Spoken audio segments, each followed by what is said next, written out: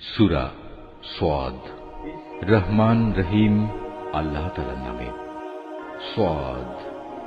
উপদেশ ভরা এ কোরআনের শপথ, তুমি অবশ্যই আল্লাহ তাআলার একজন রাসূল। কিন্তু কাফেররা এ ব্যাপারে ঔদ্ধত্য ও গোঁড়ামিতে ডুবে আছে। এদের আগে আমি কত জনপদকে ধ্বংস করে দিয়েছি।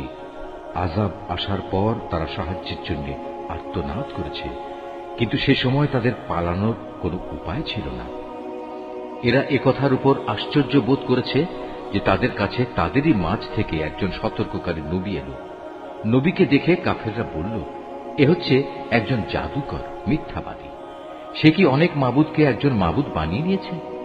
এটা তো এক আশ্চর্যজনক ব্যাপার ছাড়া কিছুই নয়। তাদের সর্দাররা এই বলে মজলিস থেকে সরে পড়ল। যাও, তোমরা তোমাদের দেবতাদের ইবাদতের উপরই ধৈর্য ধারণ করো। নিশ্চয়ই এর দাওয়াতের মধ্যে কোনো অভিসন্ধি লুকোনো রয়েছে। আমরা তো এসব কথা আগের বিধান খ্রিস্টবাদের মধ্যে শুনিও নি। আসলে এ একটি মন গড়া উক্তি ছাড়া আর কিছুই নয়। আমাদের মধ্যে সেই কি একমাত্র ব্যক্তি যার উপর উপদেশসমূহ নাজিল হল? মূলত ওরা তো আমার নাজিল করা উপদেশ এ কোরআনের ব্যাপারেই সন্দিহান। আসলে তারা তখনও আমার আযাবের স্বাদ আস্বাদনই করেনি। হে নবী, তাদের কাছে কি তোমার মালিকের অনুগ্রহের ভাণ্ডার পড়ে আছে, যিনি মহাপরাক্রমশালী ও মহান দাতা? আসমান সমূহ ও জমিনের মধ্যবর্তী সমস্ত কিছুর উপর আছে কি তাদের কোনো সার্বভৌমত্ব? থাকলে তারা সিঁড়ি লাগিয়ে আসমানে আরোহণের ব্যবস্থা করুক। অন্য বহু বাহিনীর মতো এ বাহিনীও পরাজিত হবে। এদের পূর্বেও রাসূলদের এভাবে মিথ্যাবাদী বলেছিল নূহ, আদ ও কিলক বিশিষ্ট ফেরাউনের জাতি, সামুদ, লূত সম্প্রদায় এবং বনের অধিবাসীরাও। তারা তাদের স্ব স্ব নবীকে মিথ্যাবাদী বানিয়েছে। প্রভাব প্রতিপত্তির দিক থেকে বড় বড় দল তো ছিল সেগুলোই। ওদের প্রত্যেকেই রাসূলদের মিথ্যাবাদী বলেছে। ফলে আমার আযাবের ফয়সালা ওদের উপর প্রযোজ্য হয়ে গেল। এরা অপেক্ষা করছে এক মহা গর্জনের, আর তখন কারো কিন্তু কোনো অবকাশ থাকবে না। এর নির্বোধ লোকেরা বলে, হে আমাদের মালিক, বিচার দিনের আগেই আমাদের পাওনা তুমি মিটিয়ে দাও। হে নবী, এরা যেসব কথাবার্তা বলে তুমি এর উপর ধৈর্য ধারণ করো এবং এজন্য আমার শক্তিমান বান্দা দাউদকে স্মরণ করো। সে ছিল আমার প্রতি নিবিষ্ট। আমি পর্বতমালাকে তার বশীভূত করে দিয়েছিলাম, তাই এগুলো সকাল সন্ধ্যায় তার সাথে সাথে আমার পবিত্রতা ও মহিমা ঘোষণা করত। অনুরূপ পাখি কুলকেও তার বশীভূত করে দিয়েছিলাম। তারা তার পাশে জড়ো হতো। এদের সকলেই জিকিরে তার অনুসারী ছিল। আমি তার সাম্রাজ্যকে সুদৃঢ় করেছিলাম এবং সে সাম্রাজ্য চালাবার জন্য তাকে প্রজ্ঞা ও সর্বোত্তম বাগ্মিতার শক্তি দান করেছিলাম। এই হে নবী, তোমার কাছে কি সেই বিবদমান লোকদের কাহিনী পৌঁছেছে যখন ওরা উভয়ই প্রাচীর টপকে তার ইবাদতখানায় প্রবেশ করল? যখন তারা দাউদের সামনে হাজির হল, তখন সে এদের কারণে একটু ভীত হয়ে পড়ল। ওরা বলল, হে আল্লাহর নবী, আপনি ভীত হবেন না। আমরা হচ্ছি বিবদমান দুটো দল। আমাদের একজন আরেকজনের উপর জুলুম করেছে। অতএব আপনি আমাদের মাঝে ন্যায় বিচার করে দিন। কোন রকম নাইনসাফি করবেন না। আমাদের সহজ সরল পথ দেখিয়ে দিন। আসলে এ হচ্ছে আমার ভাই। এর কাছে ৯৯টি দুম্বা আছে, আর আমার কাছে আছে মাত্র একটি। এ সত্ত্বেও সে বলে, আমাকে তোমার এ দুম্বাটিও দিয়ে দাও। সে কথায় কথায় আমার উপর বল প্রয়োগ করে। আয়াতটি যিনি তেলাওয়াত করবেন এবং যিনি এই আয়াতটির তেলাওয়াত শুনবেন, তাদের সবাইকে এখানে একটি সাজদা আদায় করতে হবে। এটা ওয়াজিব। বিবাদের বিবরণ শুনে সে বলল, এ ব্যক্তি তোমার দুম্বাটি তার দুম্বাগুলোর সাথে যুক্ত করার দাবি করে তোমার উপর জুলুম করেছে। আসলে যৌথ বিষয় আশয়ের অংশীদাররা অনেকেই একে অন্যের উপর এভাবে জুলুম করে। জুলুম করে না কেবল সে সকল লোকেরা যারা আল্লাহ তাআলার উপর ঈমান আনে এবং নেক কাজ করে, যদিও এদের সংখ্যা নিতান্ত কম। দাউদ বুঝতে পারল। তাকে পরিশুদ্ধ করার জন্য এ কাহিনী দ্বারা এতক্ষণ ধরে আমি তাকে পরীক্ষা করছিলাম। মূল ঘটনা বুঝতে পেরে অতঃপর সে তার মালিকের কাছে ক্ষমা প্রার্থনা করল এবং সে পরাক্রমশালী আল্লাহ তাআলার সামনে সাজদায় লুটিয়ে পড়ল এবং সে আমার দিকে ফিরে এলো। অতঃপর আমি তাকে ক্ষমা করে দিলাম। অবশ্যই আমার কাছে তার জন্য উচ্চ মর্যাদা ও সুন্দরতম আবাসস্থল রয়েছে। আমি দাউদকে বললাম, হে দাউদ, আমি তোমাকে এই জমিনে আমার খলিফা বানালাম। অতএব তুমি মানুষদের মাঝে ন্যায় বিচার করো এবং কখনো নিজের খেয়াল খুশির অনুসরণ করো না। তেমনটি করলে এ বিষয়টি তোমাকে আল্লাহ তাআলার পথ থেকে বিচ্যুত করে দেবে। আর যারাই আল্লাহ তাআলার পথ থেকে বিচ্যুত হয়ে গোমরা হয়ে যায় তাদের জন্য অবশ্যই জাহান্নামের কঠিন শাস্তি রয়েছে, কেননা তারা মহাবিচারের এ দিনটি ভুলে গেছে। আমি আসমান, জমিন এবং এ উভয়ের মধ্যবর্তী স্থানে যা কিছু আছে তার কোনো কিছুই অনর্থক সৃষ্টি করিনি।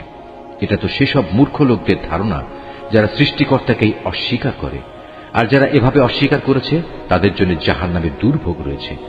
যারা ঈমান এনেছে এবং নেক কাজ করেছে, আমি কি তাদের সেসব লোকের মতো করে দেব যারা জমিনে বিপর্যয়কারী সেজে বসে আছে? অথবা আমি কি পরহেজগার লোকদের গুনাহগারদের মতো একই দলভুক্ত করব? আমি এ মোবারক গ্রন্থটি তোমার উপর নাজিল করেছি যাতে করে মানুষ এর আয়াতসমূহের ব্যাপারে চিন্তা গবেষণা করতে এবং জ্ঞানবান লোকেরা তা থেকে উপদেশ গ্রহণ করতে পারে। আমি দাউদকে ছেলে হিসেবে সুলাইমান দান করেছি। সে ছিল আমার উত্তম একজন বান্দা। সে অবশ্যই ছিল তার মালিকের প্রতি নিষ্ঠাবান।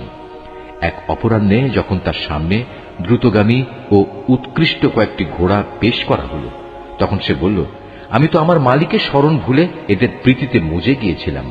এদিকে দেখতে দেখতে সূর্যও প্রায় ডুবে গেছে। নামাজের কথা চিন্তা না করে সে বলল, কোথায় সে ঘোড়া? সেগুলো আমার সামনে নিয়ে এসো। এগুলো আনা হলে সেগুলোর পা ও গলদের সমূহে স্নেহের হাত বুলিয়ে দিল এবং এদের ভালোবাসায় নামাজ ভুলে যাওয়ার জন্য দুঃখ প্রকাশ করল। আমি নানাভাবেই সুলাইমানকে পরীক্ষা করেছি। একবার তার সিংহাসনের উপর একটি নিষ্প্রাণ দেহ আমি রেখে দিয়েছিলাম, যাতে করে সে আমার ক্ষমতা বুঝতে পারে। অতঃপর সে আরো বেশি আমার দিকে ফিরে এলো। সে আরো বলল, হে আমার মালিক, যদি আমি কোনো ভুল করি তুমি আমাকে ক্ষমা করো।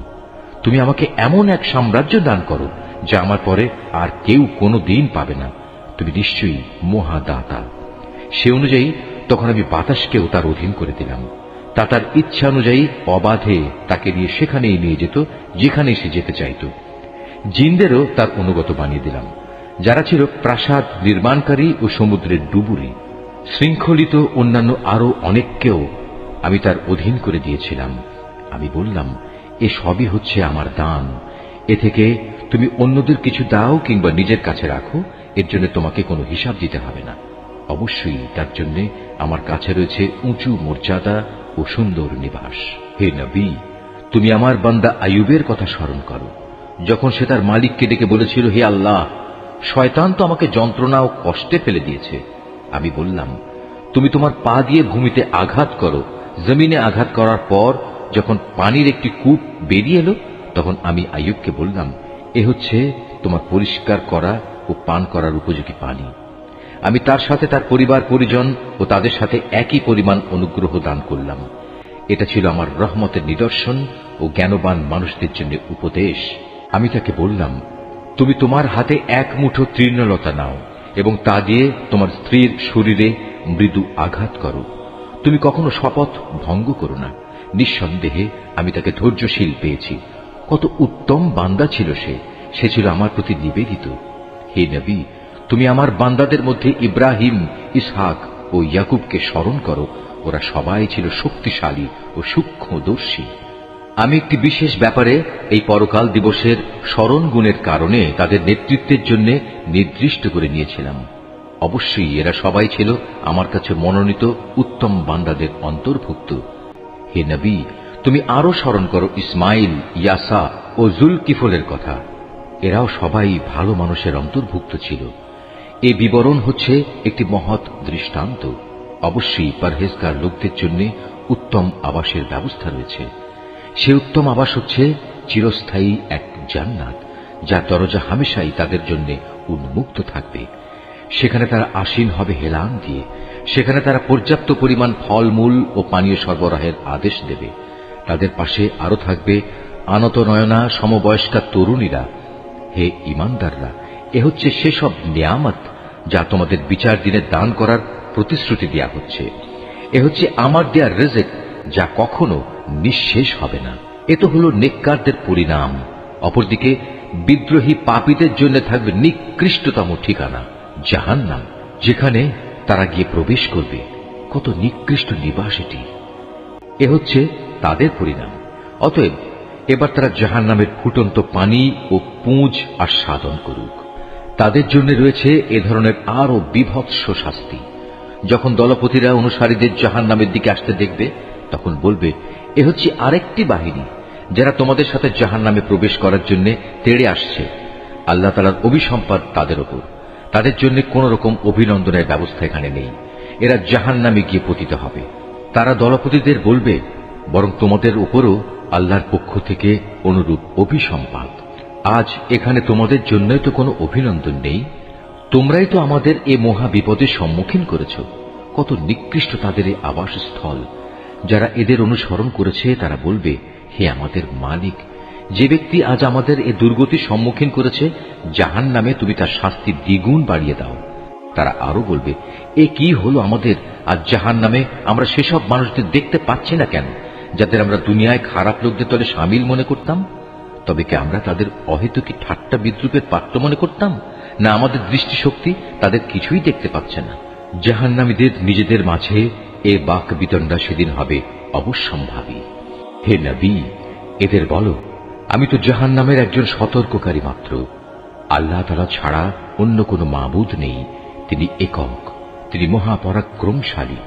তিনি আসমান ও জমিনের মালিক। মালিক তিনি এ দুয়ের মাঝে যা কিছু আছে তারও। তিনি প্রচুর ক্ষমতাশালী ও মহা ক্ষমাশীল। তাদের তুমি বলো, এ কিয়ামত হচ্ছে মূলত একটি বড় ধরনের সংবাদ, আর তোমরা কিনা এ থেকে মুখ ফিরিয়ে নিচ্ছ। হে নবী, তুমি বলো, আমার তো ঊর্ধ্ব জগৎ ও তার বাসিন্দা ফেরেশতাদের সম্পর্কে কিছুই জ্ঞান ছিল না, বিশেষ করে যখন তারা মানুষ সৃষ্টির বিষয় নিয়ে আল্লাহ তাআলার সাথে বিতর্ক করছিল। এ তো আমাকে ওহী করে জানিয়ে দেয়া হয়েছে। আমি হচ্ছি তোমাদের জন্য একজন সুস্পষ্ট সতর্ককারী। স্মরণ করো, যখন তোমার মালিক ফেরেশতাদের বলেছিলেন, আমি মাটি থেকে মানুষ বানাতে যাচ্ছি। যখন আমি তাকে বানিয়ে সম্পূর্ণ সুঠাম করে নেব এবং ওতে আমার কাছ থেকে জীবনের সঞ্চার করব, তখন তোমরা তার প্রতি সেজদা অবনত হবে। অতঃপর ফেরেশতারা সবাই তাকে সেজদা করল, একমাত্র ইবলিস ছাড়া। সে অহংকার করল এবং সে কাফেরদের অন্তর্ভুক্ত হয়ে গেল। আল্লাহ তাআলা বললেন, হে ইবলিস, তোমাকে কোন জিনিসটি তাকে সাজদা করা থেকে বিরত রাখলো, যাকে আমি স্বয়ং নিজের হাত দিয়ে বানিয়েছি? তুমি কি এমনই ঔদ্ধত্য প্রকাশ করলে? না তুমি কোনো উচ্চ মর্যাদা সম্পন্ন কেউ? সে বলল, হ্যাঁ, আমি তো তার চাইতে শ্রেষ্ঠ। তুমি আমাকে আগুন থেকে বানিয়েছ আর তাকে বানিয়েছ মাটি থেকে। তখন আল্লাহ তাআলা বললেন, তুমি এখান থেকে এখনই বেরিয়ে যাও, কেননা তুমি হচ্ছ অভিশপ্ত। তোমার উপর আমার অভিশাপ থাকবে বিচারের দিন পর্যন্ত। সে বলল, হ্যাঁ, আমি বেরিয়ে যাচ্ছি। তবে হে আমার মালিক, তুমি আমাকে সেদিন পর্যন্ত অবকাশ দাও যেদিন সব মানুষদের দ্বিতীয়বার জীবিত করে তোলা হবে। আল্লাহ তাআলা বললেন, হ্যাঁ, যাও। যাদের অবকাশ দেয়া হয়েছে তুমিও তাদের অন্তর্ভুক্ত। অবধারিত সময়টি আসার সেই নির্দিষ্ট দিন পর্যন্ত তুমি থাকবে। সে বলল, হ্যাঁ, তোমার ক্ষমতার কসম করে আমি বলছি, আমি তাদের সবাইকে বিপথগামী করে ছাড়ব, তবে তাদের মধ্যে যারা তোমার একনিষ্ঠ বান্দা তাদের ছাড়া। আল্লাহ তাআলা বললেন, এ হচ্ছে চূড়ান্ত সত্য, আর আমি এ সত্য কথাটাই বলছি। তোমার ও তোমার অনুসারীদের সবাইকে দিয়ে আমি জাহান্নাম পূর্ণ করবই। হে নবী, তুমি বলো, আমি এ কাজের জন্য তোমাদের কাছে কোনো পারিশ্রমিক দাবি করছি না। না যারা লৌকিকতা করে, আমি তাদের দলের লোক। এ কোরআন হচ্ছে সৃষ্টিকুলের মানুষদের জন্য একটি উপদেশ মাত্র। কিছুকাল পর কিয়ামত সংঘটিত হলে তোমরা অবশ্যই তার সত্যতা সম্পর্কে জানতে পারবে।